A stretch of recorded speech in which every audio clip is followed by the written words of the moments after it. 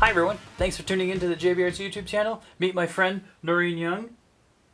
She's the world famous puppet lady. She teaches puppetry, she creates puppets, she's a puppeteer herself. She's been in all sorts of different television shows.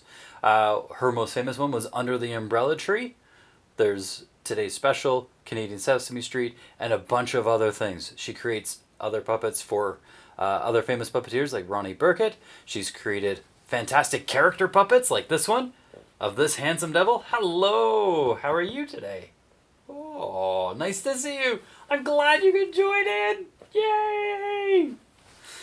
All right. So we have a good friendship together. She's created these fantastic puppets for me, and one of them is a bunny rabbit, a pirate or miner kind of character, sort of a rough kind of character, and then we have a monster, a cat or flower, probably one of the most versatile ones of them. Again, they're sort of different templates, and then a fantastic bird puppet. Each one is going to have their own individual video to sort of tutorial, but the first 6 minutes of every video is going to be the same.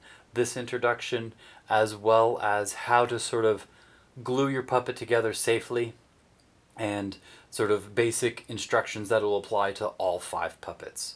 All right, so this is just the start of them. We've got a few more ideas underway, but we're going to just sort of put out these first 5 and see how they do, and go for there.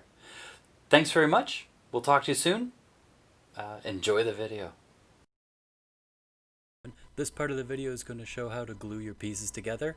I'm going to start with the chin. The chin is very similar in the rest of the puppets, and all of the seams are virtually the same. You might notice how I take the 2 pieces and I sort of pull them back and forth together. That sort of cools the glue just a little bit and to make sure that it's spread out evenly.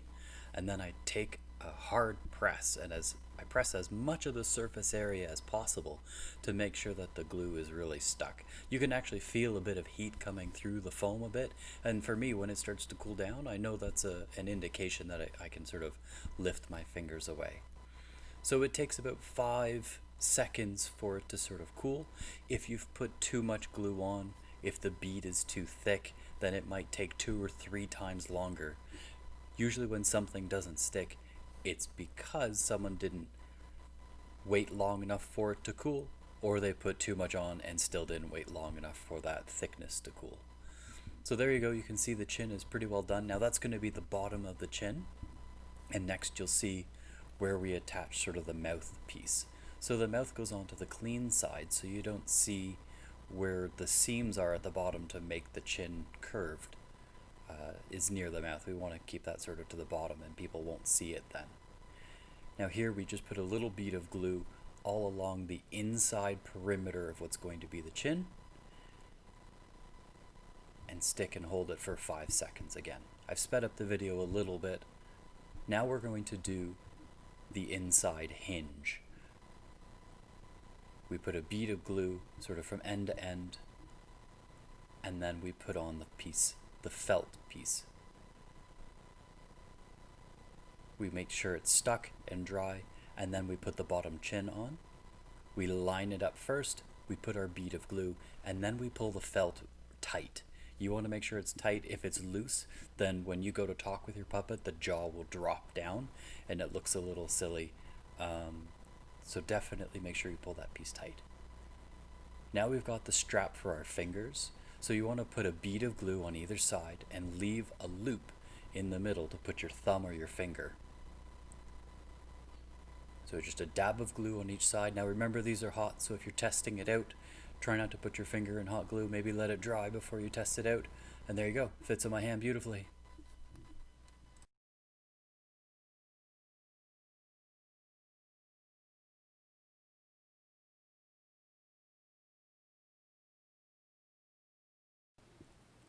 Alright folks, we've got a great puppet for you today. We're doing the bunny rabbit.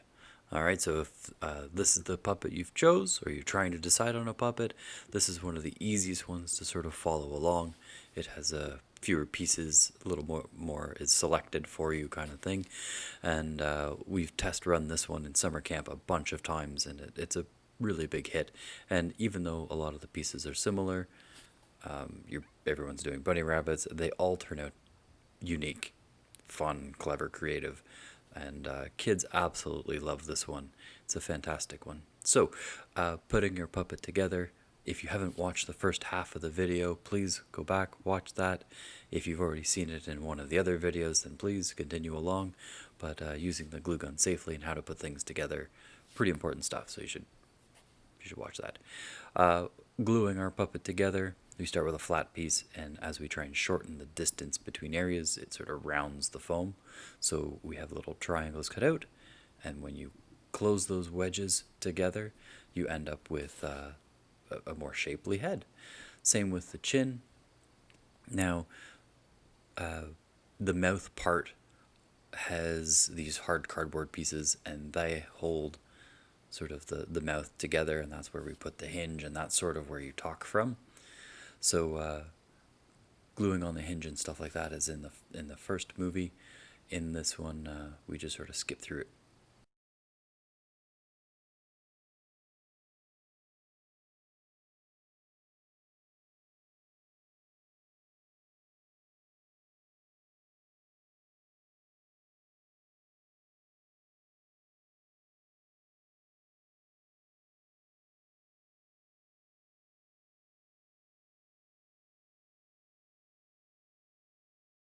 Quite quickly. Finger holds, and there we go, puppet talks. Then we get to the good stuff, the decorating. So my advice is to glue on all of the pieces first before you paint.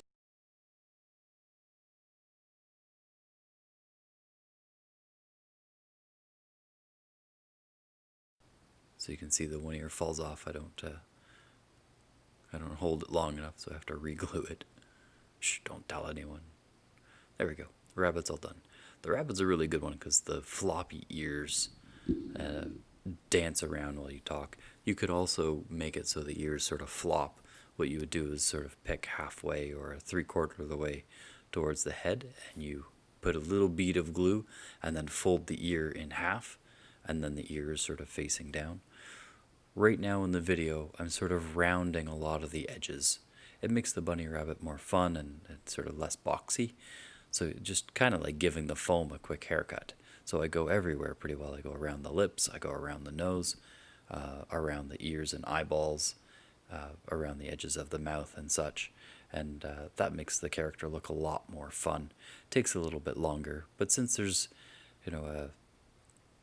the accessories that go on this one are a little bit less than some of the other ones, it's nice to go back and do those kind of touches. It cleans up everything, makes it look a lot tidier. It's also to help strengthen up the joint where you're always talking and sort of wearing out the inside seams. So once we've put a large piece in, we can always trim off the excess and then sort of glue back anything that didn't quite stick all the way. There we go. Touch up those little edges. And then whatever pieces you get in your kit, you can start putting together the rest of your puppet.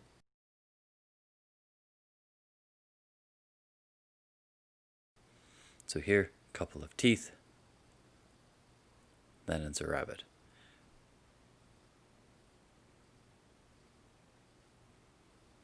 When you're gluing your hinge on, you can always glue the jaw set back just a little bit further so the teeth can stick out in front of the jaw if you want to give them a little bit more of a buck tooth look. And this one here, I just wanted to keep it fairly simple. The other way I'm curling the foam is by sort of stretching that piece of foam when it's glued, and that way it's sort of angled or curved a bit. So when the glue dries, I've got one floppy ear, one not, and putting on this sort of hair, kind of like a woolly, sparkly hair. Ooh, fancy lips.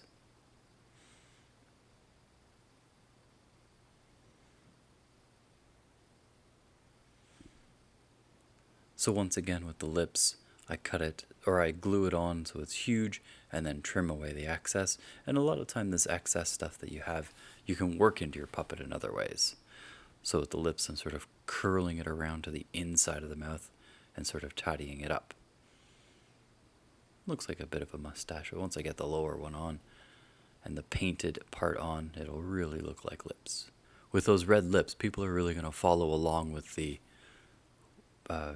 mouth as you talk, the movement of your, as you're speaking with it. It's such bright red, it's hard not to miss it, and that's sort of one of the areas that people are going to focus on. The eyes, I just used pieces of felt, sort of, cartoon style, and then with the color I had sort of lying around, I paint the puppet. Sort of a pink is a nice fun puppet color. To be honest, I'm pretty sure it's leftover color from one of the other puppet kits that I was working on. When you're painting your puppet, you really want to try and cover up all of the foam. The foam has the tendency, the template foam has the tendency to yellow sort of over time. The paint itself becomes a protectant, and will keep the longevity. It also sort of plugs a bit of the holes as you sort of fill across the surface, and that prevents sort of dirt and dust and such getting in there. You can wipe your puppet clean if it gets a little bit dirty. However, you can't glue any more pieces to sort of wet painted puppet. You really need to make sure those areas are dry. And there we go. This puppet is pretty well done.